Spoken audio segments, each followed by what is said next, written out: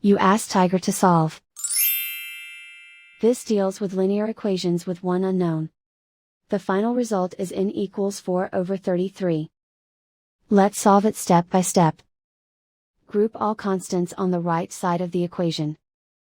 Add 5/11 to both sides.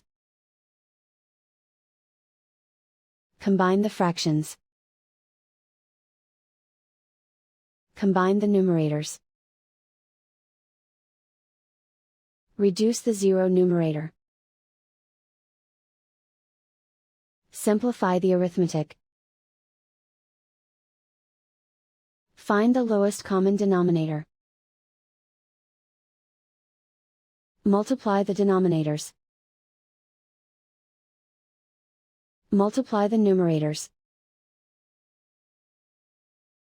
Combine the fractions. Combine the numerators. And so the final result is n equals 4/33.